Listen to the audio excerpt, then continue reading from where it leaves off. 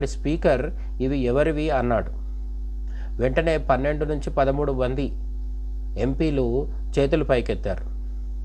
తప్పదు శిష్య, పూర్తిగా చేతులెత్తేసిన దేశం. ఆ మాత్రం చేతులెత్తే కక్కుర్తిగాళ్ళు ఉండటం సహజం.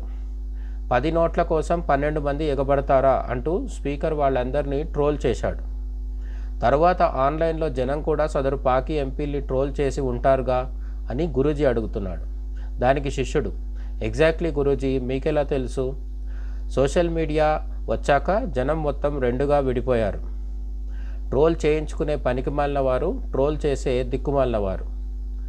అంత మాట అనేశారేంటి గురూజీ? ఎనీవే, ఇప్పుడు పాకిస్తాన్ పార్లమెంట్లో 50,000 దుమారం పెద్ద కామెడీగా మారిపోయింది. అసలు ఓనర్ ఇక్బాల్ తన డబ్బులు తాను తీసుకున్నాడు అనుకోండి, కానీ మిగతా వారంతా ఫ్రీగా వస్తే ఫినాయిల్ తాగేద్దామని ఎందుకు ప్రయత్నించి ఉండొచ్చు? శిష్యుడు అడిగిన ఈ ప్రశ్నకి గురూజీ ఏమంటున్నారంటే, ఓ అదా, పక్కోడు వేడివేడి పకోడీ తింటున్నాడని పని మానేసి కుళ్ళుకుంటే మన చేతిలో ఉన్నటి చల్లటి ఐస్ క్రీమ్ కూడా కరిగిపోతుంది. అర్థం కాలేదు గురూజీ. పాకీలకు కూడా 75 ఏళ్లుగా అదే అర్థం కావటం లేదు. ఇండియా మీద ఏడవటం తప్ప మిగతా అన్నీ మానేసి కూర్చున్నారు. ఇప్పుడు నోట్లోకి తిండి లేదు, నోట్ల కట్టలకి దిక్కు లేదు. మరి ఎలా గురూజీ? చేసేదేం లేదు. అక్కడి జనం పార్లమెంట్కి పంపిన ఎంపీలే చేసేదేం లేదు. అక్కడి జనం పార్లమెంట్కి పంపిన ఎంపీలే 50,000 కోసం కరువులో ఉన్నారంటే సామాన్య జనం సంగతి మనం ఊహించుకోవచ్చు.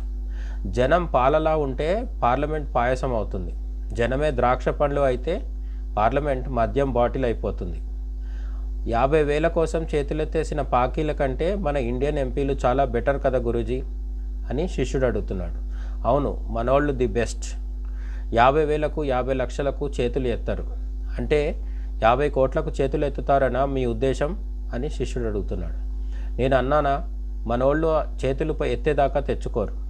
పాకీలు పందులు, మనోళ్ళు గాడిదలు, అమెరికన్స్ గుర్రాలు.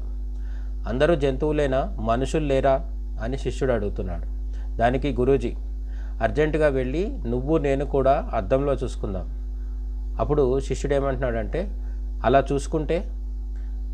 చూసుకున్నప్పుడు మనకు మన అద్దంలో మనిషి కనిపిస్తే పత్తిత్తు మాటలు కంటిన్యూ చేద్దాం.